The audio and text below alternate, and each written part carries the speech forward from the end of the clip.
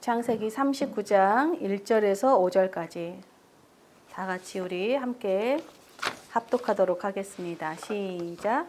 요셉이 이끌려 애굽에 내려가매 바로의 신하 치대장 애굽 사람 보디발이 그들을 데리고 이스마엘 사람의 손에서 요셉을 사니라. 여호와께서 요셉과 함께 하심으로 그가 형통한 자가 되어 그의 주인 애굽 사람의 집에 있으니 그의 주인이 여호와께서 그와 함께 하심을 보며 또 여호와께서 그의 범사에 형통하게 하심을 보았더라. 요셉이 그의 주인에게 은혜를 입어 섬김에 그가 요셉을 가정 총무로 삼고 자기의 소유를 다 그의 손에 위탁하니 그가 요셉에게 자기 집과 그의 모든 소유물을 주관하게 한 때부터 여호와께서 요셉을 위하여 그 애굽 사람의 집에 복을 내리심으로 여호와의 복이 그의 집과 밭에 있는 모든 소유에 미친지라. 주인이 그의 소유를 다 요셉의 손에 위탁하고 자기가 먹는 음식 외에는 간섭하지 아니하였더라. 요셉은 용모가 빼어나고 아름다웠더라. 아멘. 오늘 창세기 39장 1절부터 6절까지 오늘 말씀의 제목이 뭐죠? 형통한 사람. 네, 형통한 사람이에요. 여러분 제가 이번 주에 세바시 영상 하나 보내드렸는데 혹시 다 보셨어요? 네. 봤죠? 영상의 주인공은 좋은 부모 만나서 강남에서 살다가 일본과 미국에서 요리를 배워 유학한 3개 국어 한 곱게 자란 여자 강경희 사장님이었죠. 예, 케이트 분식 사장님이었어요. 신라호텔에서 7년을 근무하다 35세 김밥집을 창업했는데 장사가 너무 잘 됐죠. 근데 이 사장님은 장사가 잘 되는 게 너무 당연하다고 생각했어요. 자기는 해외 유학파에 호텔에서 그렇게 모든 식자재를 달아본 경험이 있는 나 강경희가 김밥을 말아주는데 맛있는 게 당연하지 이랬어요. 그러니까 뭐냐면 내가 말아준 김밥을 먹는 걸 감사한 줄 알아야지 이런 마음이 있었어요. 이런 거만한 마음이 손님 서비스까지 이어지는 거죠. 어떤 손님이 이 집 김밥 너무 비싸요. 그러면 저기 지하에 싼 김밥 먹으라고 그러면 그렇게 말합니다. 또 줄이 길게 늘어섰는데 어떤 아이와 엄마가 매장에서 김밥 먹고 있으니까 어떻게 해요? 빨리 먹고 나가라 그래요. 또 어떤 손님이 와서 김밥 한 줄을 시키고 매장에서 먹으려 그러니까 자기들 단체 손님 때문에 바쁘니까 먹지 말라 그러죠. 그러니까 속으로 늘 이런 마음이 있었던 거죠. 꼴랑 한 줄 시키고는 꺼져 이런 마음이 있었던 거. 손님을 향해서 늘 꺼지라는 마음이 있는데 어느 날은 그 마음이 입으로 나오죠. 꼴랑 한 줄 시켜놓고 꺼져 이런데 그걸 손님이 듣습니다. 그래서 손님과 대판 싸우는 일이 일어나요. 결국 일어난 거만한 태도와 손님에게 주었던 상처의 말이 고스란히 누구한테 왔을까요? 네, 자기 자신한테 오게 됩니다. 이 사장님은 2번의 사업 실패를 하고 또 3번의 유산까지 하게 돼요. 그러다가 그야말로 바닥으로 곤두박질 치고 있을 때 평생 감사라는 책을 발견하게 돼요. 그러면서 자신의 태도와 마음을 고쳐먹기 시작합니다. 강남에서 태어나서 해외 유학파 출신인 자신이 2,000원짜리 커피 한 잔도 마실 수 없는 지경이 되니까 늘 지원해주던 아버지도 등을 돌리죠. 결국 대출을 다시 받아서 낡은 지하 상가에 조그만 6평짜리 김밥 가게를 다시 시작해요. 그러면서 이분이 이렇게 얘기하죠. 1층 집에도 김밥집이 많은데 지하까지 내려오는 손님들을 위해서 맛과 정성과 자기 혼까지 담아서 거기에다가 감사하는 마음까지 담아서 김밥을 말기 시작해요. 지금까지는 자기 김밥 먹으러 손님들이 당연히 온다라고 생각했는데 이제는 어떻게 해요? 어딘가에 있을 손님들을 향해 자기 신이 찾아가요. 김밥과 샌드위치, 과일, 그런 샐러드로 함께한 그 수제 도시락을 만들어서 손님들을 찾아가서 4,500원짜리 김밥 드실래요? 1,500원 더 주고 샐러드랑 과일 드실래요? 그런 사람들이 도시락 세트를 많이 찾았어요. 또 회사 같은 데 찾아가서 행사했을 때 연락 주시면 예산에 맞춰서 제가 맞춰서 도시락 드리겠습니다 하고 열심으로 찾아다녔어요. 또 손님들이 새벽 2시건 3시건 아무 때나 요구해도 다 들어주겠다고 손님한테 맞추기 시작했어요. 그랬더니 어느 날 손님들이 이렇게 얘기해요. 자신들의 돈을 지불하는 것 외에도 우리에게 이렇게 맛있는 김밥을 만들어줘서 감사합니다 라는 고백을 하기 시작하는 거예요. 지금까지 이 사장님에게 장사는 돈 받고 음식 파는 거였어요. 그게 다였어요. 그리고 내가 있어야 손님이 있다고 생각한 거예요. 그러니까 늘 자신이 인생의 기준이 자신이었어요. 자기가 인생의 기준이 되어 살았어요. 그런데 2번의 큰 구덩이에 자신이 빠져보고 나서야 아, 손님이 없으면 내가 아무리 좋은 재능을 가지고 있어도 소용이 없구나 라는 걸 깨달아요. 그리고 음식만 파는 것이 아니라 무엇도 같이 파냐? 손님을 대하는 자신의 태도, 마음도 함께 파는 것임을 깨달아요. 그래서 아무리 김밥이 맛있어도 김밥을 파는 사람의 인격이 나쁘면 사람들이 그 김밥 먹는다 안 먹는다? 찾지 않는다는 걸 배웠어요. 그래서 이 사장님이 마지막에 어떻게 끝을 맺냐면 자신은 돈을 벌기 위해 이 일을 시작했는데 이 일이 자신을 더 나은 사람으로 바꿔줬다라고 고백하고 끝을 맺어요. 여러분, 우리가 인생을 살다 보면 이 사장님처럼 어떤 큰 구덩이들을 만날 때가 있어요. 어떤 사람은 교만해서, 이 사장님은 교만해서 빠져요. 그죠? 두 번 다 교만해서 빠지는 거예요. 근데 어떤 사람은요, 억울하게 빠지는 사람이 있어요. 누가 구덩이에 집어넣는 사람들이 있어요. 그 또 어떤 사람은요, 자신이 다른 사람을 해서 대신 들어가는 사람이 있어요. 그 구덩이에. 그 구덩이는 다른 말로 하면 고난이죠. 여러분, 오늘 본문에도 두 번의 구덩이에 빠진 사람이 나와요. 그 사람이 누구냐면 요셉이에요. 요셉은 야곱의 12명의 아들 중에 한 명인데 아버지 야곱이 채색 옷을 야곱에게만 입혀줄 정도로 너무너무 야곱이 진짜 아버지 사랑을 독차지했어요. 그야말로 곱게 자란 아들이었어요. 형들은 다 일 시켜도 요셉한테는 일 안 시키고 아버지가 곱게 이 아들을 키웠어요. 그러니까 다른 형제들은 요셉을 어떻게 했겠어요? 시기하고 미워했어요. 싫어했어요. 그런데 요셉이 어느 날 두 번의 꿈을 꿔요. 근데 한 번의 꿈은 어떤 꿈이었냐면 12형제가 밭에서 막 곡식단을 묶고 있는데 요셉의 곡식단이 벌떡 일어나고 나머지 형들의 곡식단이 요셉의 곡식단을 향해 절을 하는 거예요. 그런 꿈을 꿨다고 막 또 자랑했어요. 근데 또 꿈을 꿨는데 어떤 꿈을 꿨냐? 해와 달과 11별이 자신에게 절을 하는 꿈을 꾼 거예요. 그러니까 무슨 말이에요? 한마디로 부모와 형제들이 요셉에게 다 절하는 꿈이니까 요셉은 이 꿈이 무슨 뜻인지 잘 몰랐어요. 그런데 자신이 제일 높은 꿈이잖아요. 아, 우리 집에서 내가 제일 지도자구나. 하나님이 나를 지도자로 세우시는구나 하고 막 내가 제일 잘 나가는 사람이구나. 그런 꿈이구나 나 생각을 하니까 자랑을 하기 시작했는데 이 꿈 때문에 형들이 더 미워하기 시작한 거예요. 뭐야, 저게 지가 제일 어린 애가 우리 형들한테 지가 우리 리더가 되겠다는 거야? 그러니까 형들이 더 미운 거죠. 그러나 어느 날 형들이 세겜 근처에서 양들을 치고 있었어요. 그러니까 아버지 야곱이 집에 있는 요셉한테 형들하고 양들이 잘 있는지 한번 보고 오너라 하고 심부름을 보내요. 근데 형들이 저 멀리서 요셉이 오는 걸 봅니다. 그리고 야, 꿈꾸는 자가 온다. 우리가 저 녀석을 죽여서 구덩이에 던져버리자. 그리고 아버지한테는 사나운 짐승이 잡아먹었다라고 우리가 이렇게 얘기하자. 그래요. 여러분, 형들이요, 미움의 눈이 뭐니까 자신들을 구원하시려는 그 하나님의 아름다운 꿈을 같이 죽이려고 하는 아주 악한 일을 하지요. 여러분, 미움이 그래서 얼마나 무서운 살인의 동기인지 예수님이 그러잖아요. 형제를 미워하는 자마다 살인하는 자다고. 그러니까 미워하는 자는요, 살인으로 이어지게 돼 있다는 것을 이 형제들이 보여주게 돼요. 형들은 요셉을 보자마자 어떻게 채색옷, 아버지가 입혀준 채색옷을 벗겨요. 그리고 구덩이에 던져 넣습니다. 근데 다행히 형들 중에 유다라는 형이 있었는데 유다가 그래도 우리 혈육이니까 죽이지는 말자. 그리고 지나가는 이스마엘 상인들에게 우리가 팔자. 그래서 결국 요셉을 팔아버려요. 그래서 오늘 39장이 요셉이 그 팔린 요셉이 어디로 갔냐 보니까 이집트로 내려가서 애굽 왕의 그 바로의 경호대장인 보디바르 집에 노예로 팔려갔다라고 시작해요.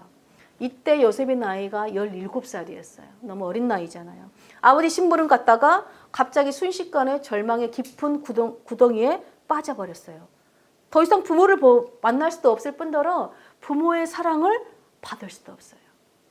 여러분, 요셉은 부모가 입혀진 채색 옷이 벗겨지고 무슨 옷이 입혀졌어요? 노예 옷이 입혀졌어요. 이런 절망적인 상황이에요. 요즘 말로 하면 거지 같은 상황이죠. 너무 정말 있을 수 없는 상황 가운데 놓인 요셉을 향해 성경은 너무 놀라운 말을 해요. 요셉이 형통한 자래요. 우리 2절 3절 한번 같이 읽겠습니다. 시작.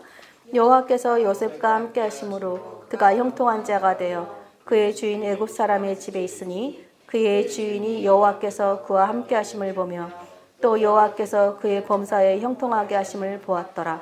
여러분, 이해가 되세요? 요셉이 지금 노예예요. 그 주인의 집에 있는데 범사에 형통하였대요. 근데 그 이유가 뭐라고 말씀하세요? 하나님이 요셉과 함께 하시기 때문이래요. 여러분, 우리가 아는 형통은 뭐냐면 내 앞길이 막히지 않고 잘 열리는 거예요. 내가 원하는 일이 술술술술 풀려서 내가 제일 잘 나가. 그래야 되잖아요. 한마디로 돈 많이 버는 게 형통이잖아요. 그죠? 그 요셉이 지금 애굽의 직장 구해서 돈 벌러 갔어요? 아니잖아요. 지금 노예예요. 노예는 여러분 소유가 없어요. 자기 게 없는 사람들이에요. 기본권이 없는 사람이에요. 자기 마음대로 노를 할 수도 없고 그 주인의 소유예요. 소유일 뿐이에요. 노예로 팔려왔는데 그것도 누구에 의해서? 가족들에 의해서 팔려온 정말 비참한 상황이에요. 그러니까 우리가 생각하는 형통과 성경이 말하는 형통이 달라도 너무 다르잖아요. 그죠? 왜 이렇게 다를까요? 바로 형통의 기준이 다르기 때문에 그래요. 여러분, 세상 사람들의 형통의 기준은 나한테 있어요.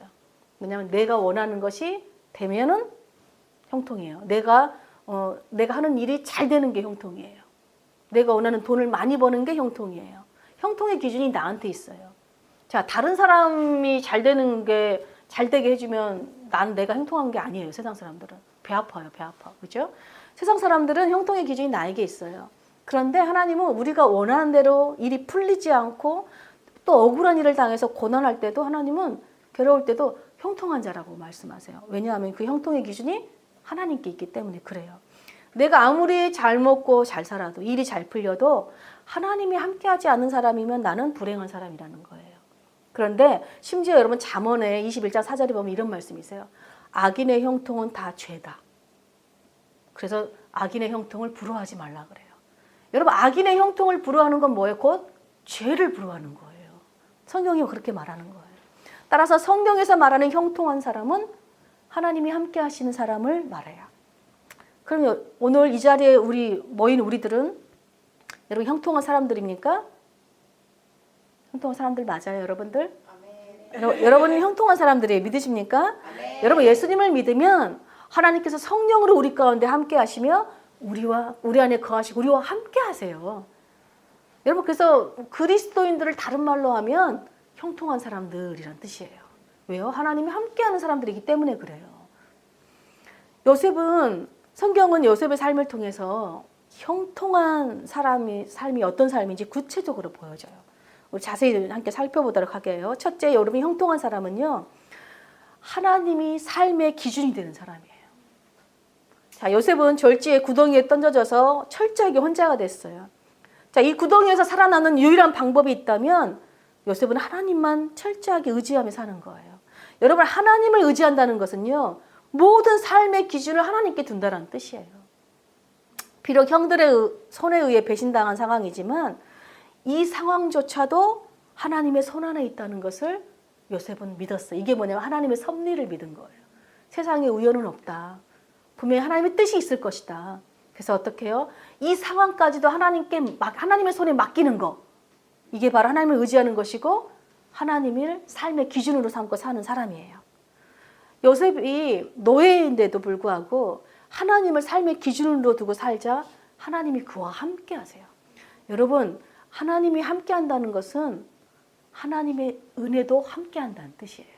반드시 하나님이 함께 하면 하나님의 은혜가 따라오게 돼 있어요.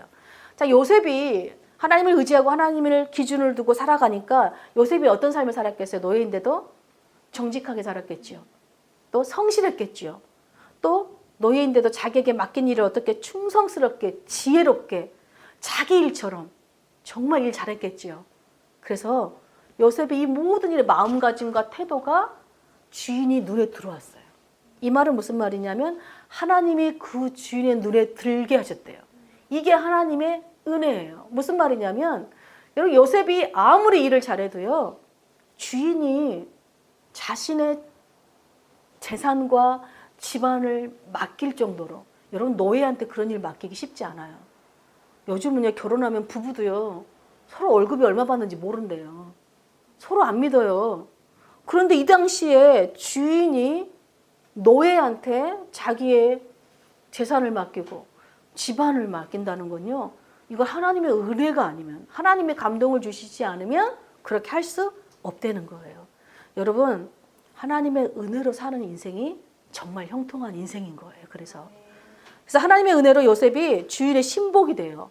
그 집안일과 재산을 모두 맡아 관리하는데 놀라운 것은 5절에 보니까 요셉이 그 주인의 살림을 관리한 때부터 놀라운 일이 일어났어요. 우리 5절 다 같이 한번 읽어볼게요. 5절. 그가 요셉에게 자기 집과 그의 모든 소유물을 주관하게 한 때부터 여호와께서 요셉을 위하여 그 애굽 사람의 집에 복을 내리심으로 여호와의 복이 그의 집과 밭에 있는 모든 소유에 미친지라. 여러분, 주님께서요 요셉 때문에 주인에게 복을 내렸대요. 그 집에 복을 주셨대요. 그 집과 밭에 있는 모든 소유에 복을 주셨대요. 그 말은 무슨 말이겠어? 소유가 더 풍성하게 늘어났다는 뜻이겠지요. 그러니까 요셉 때문에 주인이 더 잘 살게 됐어요. 형통한 요셉이 있으니까 그 주인이 형통하게 되었대요.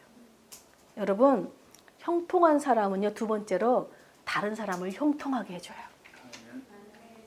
보통 복은 부자가 가난한 자에게, 또 높은 사람이 낮은 사람에게, 주인이 종에게 주는 거잖아요. 세상은 그래요. 그죠? 복 주세요, 복 주세요. 그 말은 높은 데 있는 사람이 주는 거예요. 근데 여러분, 복은요, 소유가 많고 적음에 상관이 없어요. 지위가 높고 낮음에 상관없이 하나님이 함께하는 형통한 사람이 흘러보내는 게 복이에요. 아무리 많은 재산을 가지고 있고 한 나라의 경호 대장이란 높은 지위를 가지고 있어도 하나님을 모르면, 예수님을 믿지 않으면 그 사람은 복이 필요한 사람이에요. 노예로 있지만 요셉이 더 형통한 사람이라는 거예요. 여러분, 내가 하는 일을 통해서 내 직장이 잘 되는 거, 내 직장을 잘 되게 해주는 거, 그 직장 사장님을, 그 기업을 잘 되게 해주는 거, 또 내가 가진 은사와 재능을 통해 내가 속한 공동체에 복이 흘러가게 하는 거, 하나님이 주신 것을 다른 사람과 나누고 사는 거. 여러분, 이것이 성경이 말하는 형통한 사람이에요. 세상은 내가 하는 일을 내가 다 가지려고 그러죠. 내가 번 거 내 거인 거예요. 그러나 하나님의 사람들, 형통한 사람들은요, 아니에요. 여러분, 요셉은 노예는 자기가 열심히 해도 그거 소유가 자기 거 돼요, 안 돼요? 자기 거 하나도 없어요. 그런데도 어떻게 주인에게 형통하게, 주인을 잘 되게 해주는 사람인 거예요. 저는 바라기는 우리 교회, 널기금교회 성도들이 여러분을 통해서 다른 사람들도 잘 되고 형통하고 복을 받기를 축복합니다. 여러분, 요셉을 통해서 하나님이 자신한테 복을 주는 걸 주인이 알았어요. 그러니까 주인이 어떻게 이제 전적으로 요셉을 신뢰합니다. 여러분, 노예를 신뢰한다는 건 엄청난 거예요. 그래서 여러분 6절 우리 다 같이 한번 읽어볼게요. 주인이 그의 소유를 다 요셉의 손에 의탁하고 자기가 먹는 음식 위에는 간섭하지 아니었더라. 요셉은 용모가 빼어나고 아름다웠더라. 자, 이제 주인이요, 자신의 모든 소유를 다 맡겨요, 요셉한테. 근데 유일하게 하나 금한 게 있어요. 그게 뭐예요? 먹을거리래요. 자기 아내를 의미해요. 그러니까 보디발이 요셉에게 맡기지 않은 유일한 것이 있다면 바로 자기 아내였어요. 요셉은 노예지만 주인의 사랑과 신뢰를 한 몸에 받는 형통한 사람이 되었어요. 여러분, 그런데 요셉을 총애하지 않아도, 요셉을 사랑하지 않아도 될 한 사람이 있었는데 그 사람이 요셉을 막 사랑하기 시작해요. 그 사람이 누굴까요? 보디발의 아내가 요셉의 용모가 빼어난 거에 반해가지고 매일같이 자기랑 동침하자고 유혹을 해요. 그러니까 요셉이 그 아내의 유혹에 두 가지 이유를 들어 단호하게 거절해요. 우리 9절 한번 읽어볼게요. 이 집에는 나보다 큰 이가 없으며 주인이 아무것도 내게 금하지 아니하였어도 금한 것은 당신뿐이니 당신은 그의 아내임이라. 그런즉 내가 어찌 이 큰 악을 행하여 하나님께 죄를 지으리이까. 네. 여러분, 요셉은 두 가지 얘기예요. 하나는 다 주인이 나한테 맡겼는데 유일하게 당신만 나한테 맡기지 않았다. 만약에 내가 이 악을 행한다는 건 첫째, 내가 주인한테 큰 악을 행하는 것이다. 무슨 말이냐면 이건 주인을 배신하는 행위입니다 라고 얘기해요. 두 번째, 그리고 이것을 이렇게 하는 것은 하나님께 범죄하는 거예요. 이 말 무슨 말이에요? 내가 하나님을 배신하는 일입니다 라는 거예요. 여러분, 요셉은 지금 형들의 배신 때문에, 형들이 배신해서 노예가 됐잖아요. 배신당한 고통이 얼마나 큰지 누가 이렇게 잘 알아요? 요셉이 잘 알아요. 그래서 요셉은요, 사람에게 고통, 배신하는 거, 하나님을 배신하는 것은요, 사람을 고통을 주는 거라는 걸 너무 잘 알았어요. 근데 여기서 보면 사람을 배신한다는 그 사람의 고통을 주는 거지만 하나님을 배신한다는 건 뭐예요? 하나님께 고통을 준다는 거. 여러분, 인간이 죄를 지으면 누가 고통을 받아요? 사람과 하나님이 다 같이 고통받아요. 형들이 죄를 지으니까 요셉이 고통당하고 또 누가 고통당해요? 하나님도 고통당. 여러분, 하나님도 고통당하시는 분이세요. 여러분 믿으세요? 요셉은요, 사람에게 배신하는 것이 곧 하나님을 고통케 한다는 걸 알았어요. 그래서 지금 두 가지 이유를 들어서 거절해요. 그런데 이 아내가 너무 집요해요. 계속 끈질기게 요구합니다. 어느 날 집에 다른 종들은 다 밖에 나가고 보디발의 아내와 요셉만 있는 상황이 왔어요. 그러니까 이 여자가 그 상황을 알고 갑자기 요셉을 보자마자 요셉을 팔을 딱 붙잡습니다. 이 말은 무슨 말이냐면요, 거의 여자가 저 요셉을 겁탈하는 거랑 똑같아요. 여러분, 성경에서 여자가 남자를 겁탈한 최초의 여자와 유일한 여자가 여자밖에 없을 거예요. 진짜로. 요셉이 너무 놀래가지고요, 이 여자가 막 붙잡으니까 옷을 아예 벗고 도망가 버려요. 막 도망가 버렸어요. 이 여자가 갑자기 옷만 덩그러니 있으니까 어떻게 해요? 이제 자기가 놀래가지고 선수 칩니다. 막 소리를 질러가지고 사람들 다 불러 모아요. 저 히브리 노예가 나를 겁탈하라고 왔다가 내가 소리를 치니까 이 옷을 벗어놓고 갔다라고 거짓말을 하는 거예요. 여러분, 결국 요셉은 강간미수범, 안방마님 강간미수범으로 감옥에 갇히게 돼요. 죄를 뒤집어 씌고 들어간 거예요. 여러분, 요셉이 이제 노예의 옷이 벗겨졌어요. 무슨 옷을 입었을까요? 죄수의 옷이. 다 죄수의 옷을 입혀졌어요. 여러분, 요셉이 감옥에 갔습니까? 요셉은요, 자신의 삶의 기준이 되신 하나님을 배신할 것인지, 배신하고 죄를 택할 것인지, 아니면 배신하지 않고 자신이 또 배신당할 건지를 선택해야 됐어요. 근데 요셉은요, 하나님을 배신하는 차라리 내가 억울하게 배신당하는 게 낫겠다라고 결정을 한 거예요. 여러분, 요셉은요, 하나님을 배신하지 않게 해서 사실 이 두 번째 구덩이에 스스로 들어가는 거예요. 스스로.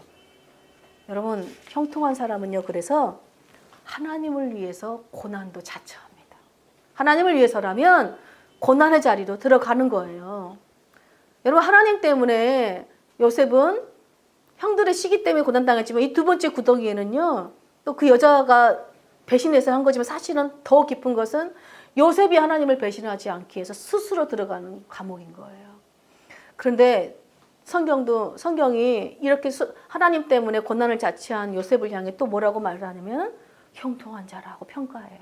우리 21절, 우리 39장 제일 마지막 21절부터 23절까지를 한번 읽어볼게요.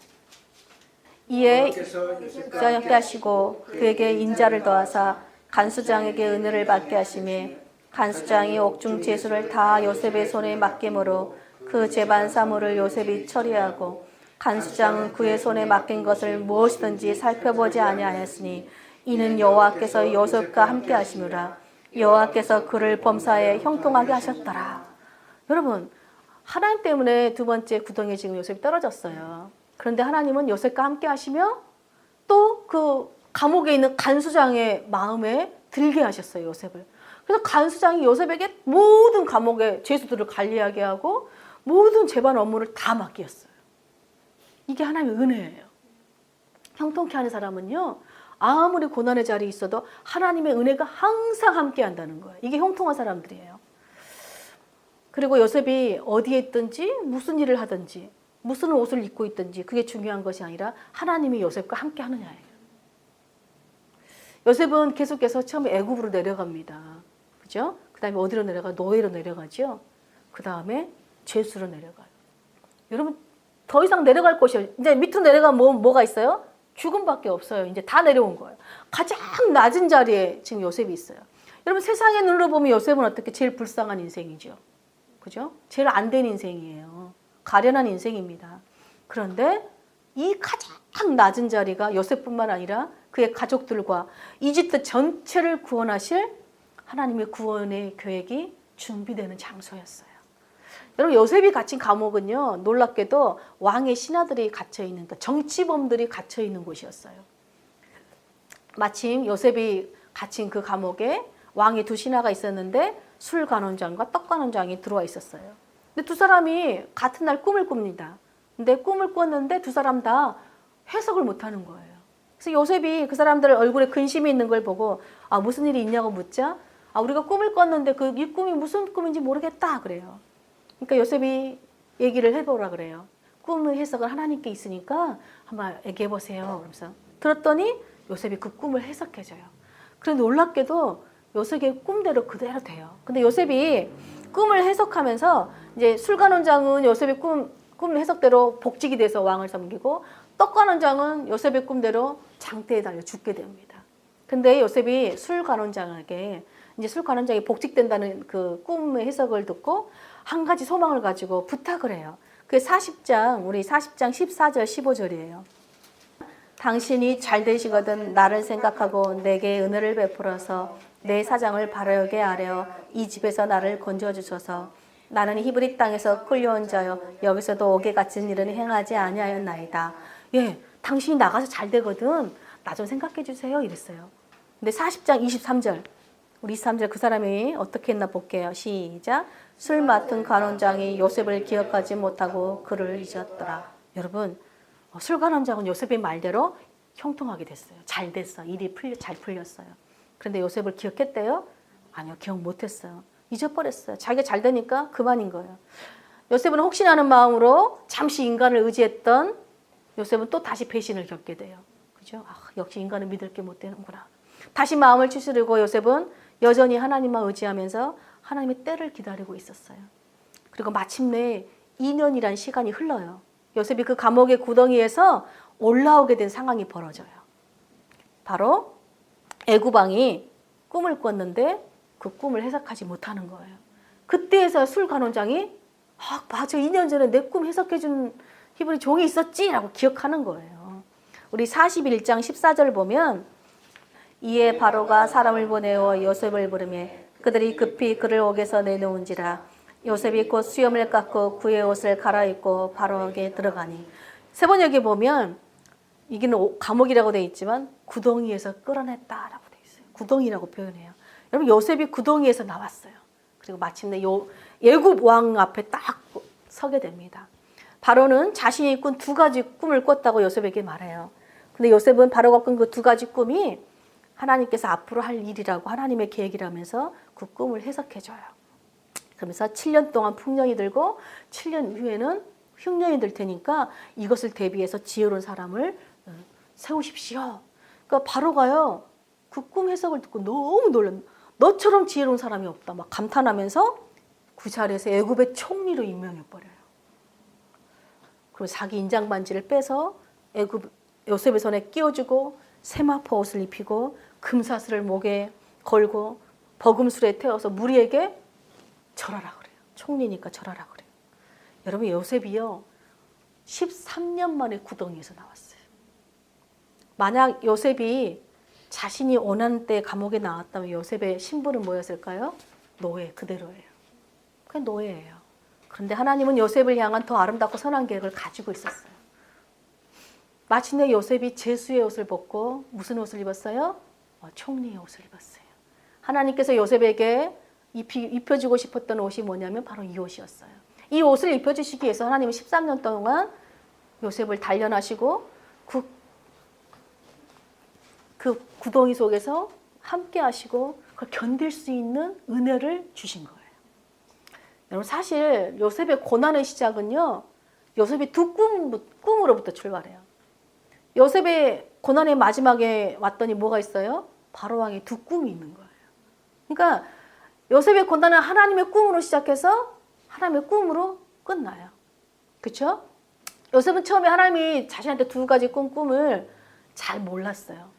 아, 나이가 높아지고 내가 잘 되는 꿈이구나 라고 생각을 했어요. 그런데 고난을 겪고 나니까 하나님의 뜻, 하나님의 구원의 계획에 대해서 알게 돼요. 여러분 13년이라는 고난의 시간 동안 요셉은요 자신의 뜻이 아니라 하나님의 뜻을 배워요. 그리고 자신의 형통이 아니라 하나님이 함께하는 형통을 배우게 돼요. 그리고 마침내 하나님의 놀라운 그러다 보니까 하나님의 이 모든 고난 가운데 하나님 날 여기 두신 이유가 나를 잘되게 하는 것이 아니라 이스라엘과 애국 사람들을 구원하시기 위한 하나님의 계획이 있었구나. 그래서 형들이 나를 판 게 아니라 하나님이 나를 먼저 보내셨구나라는 놀라운 신앙 고백을 하게 돼요. 그러니까 지난 구덩이의 시간이 헛된 시간, 비참한 시간이 아니라 어떤 시간이었냐니까 하나님의 손에서 더 나은 사람으로 빚어지고 있었다는 거예요. 하나님의 손 안에서 형통한 사람이 되도록 빚어지고 있었다는 거예요, 여러분. 아까 김밥집 사장님이 뭐라 그랬어요? 그 구덩이가 나를 더 나은 사람으로 빚어줬다 고백한 것처럼 요셉은 그 고난의 시간을 통해서 하나님의 사람으로, 형통한 사람으로, 세상의 형통한 사람이 아니라 하나님의 뜻대로 사는 형통한 사람으로 아름답게 빚어져 가고 있었던 거예요. 여러분, 우리의 형통은 하나님께 있어요. 우리의 높아짐도 하나님의 뜻을 아는 데 있어요. 여러분, 하나님 없는 형통, 하나님 없는 높아짐은 다 죄예요. 죄. 그냥 악이에요. 악. 요셉은 고난을 통해 죄를 버리고 하나님으로 사는 형통한 사람으로 끊임없이 빚어졌어요. 여러분, 요셉이 옷이 채색 옷에서 노예 옷으로, 노예 옷에서 제수 옷으로, 제수 옷에서 총리 옷으로 바뀔 때마다 요셉도 더 나은 사람으로, 더 형통한 사람으로 바뀐 거예요. 그리고 하나님의 구원의 계획이 처음에는 안 보였어요. 근데 희미한 그 계획이 옷이 바뀔 때마다 어떻게 됐을까요? 점점 구원의 계획이 선명해져요. 그 옷이 바뀔 때마다 하나님의 뜻을 점점 더 가까이 가는 거예요. 여러분, 많은 사람들이요, 하나님이 주신 감동으로 어떤 일을 해요. 그죠? 근데 그 일을 하다가 내 뜻대로, 내 생각대로 결과가 안 나올 때가 되면 마치 자신이 구덩이에 빠진 것 같아요. 근데 여러분, 우리 뜻대로 어떤 일이 잘 되지 않아도 우리가 이 일을 하면서 하나님을 기뻐하고 하나님의 뜻을 따라 어떤 선택을 하고 결정을 했다면 이미 우리는 형통한 사람들이에요. 우리는 결과가 막 내가 잘 되고 뭐가 돈이 많이 들어와야 형통한다고 생각을 하잖아요. 아니에요. 성경은 이미 하나님이 함께했고 하나님이 뜻을 주셨고 하나님의 감동을 주셨으면 이미 우리는 형통한 사람들이라는 거예요. 그리고 지금도 조금씩 우리는 하나님의 뜻을 향해 나아가고 있는 거예요. 하나님의 구원의 아름다운 어떤 계획들을 더 선명하게 보는 자리로 지금 나아가고 있는 거라는 거예요. 여러분, 그 믿음과 그 신뢰를 잊지 마시길 축복합니다. 여러분, 조금 더딘 것 같고 조금 억울한 것 같아도 세상의 형통이 아니라 하나님이 함께 하시는 형통한 사람들이 되시길 축복합니다. 모든 삶의 기준을 하나님께 두시고 여러분 직장에서도 정직과 성실로 사람들을 친절하고 인격적으로 대하시길 축복합니다. 여러분, 우리 그리스도인들이요, 하나님의 기준을 삼아 일하지 않고 하나님의 기준을 삼아 말하지 않으면요, 우리가 하는 일을 통해서 하나님의 복이 흘러갈 수가 없어요. 왜냐하면 우리가 아무리 좋은 예수 그리스도의 참된 복을 가지고 있어도 우리 기준이 잘못되어 있으면 사람들은 그 복음을 받아들이지 않아요. 똑같아요. 여러분, 김밥집 사장님이 아무리 김밥을 맛있게 만들어도 그 사람의 인격이 나쁘면 사람들이 그 김밥 찾아요, 안 찾아요? 안 찾은 것처럼 우리가 예수님이라는 아름다운, 너무 아름다운 복음을 가지고 있어도 우리가 사람들을 대할 때 진실하지 않고 정직하지 않고 우리의 말이 헛된 말이 나가면 사람들은 그 복음을 안 받아들인다는 거예요. 여러분, 우리 늘기쁨교회 성도들은 오늘 요셉처럼 모든 일을 하나님의 기준을 두고 하고 또 여러분의 손을 하는 일을 통해서 다른 사람들을 형통하게 하고 다른 사람들에게 하나님의 복을 흘려보내고 그 다음에 죄와 타협하지 않고 하나님의 뜻을 따라 사는 정말 형통한 사람들, 하나님이 함께하는 형통한 사람들로 사시길 간절히 축복합니다. 아멘. 아멘. 아멘.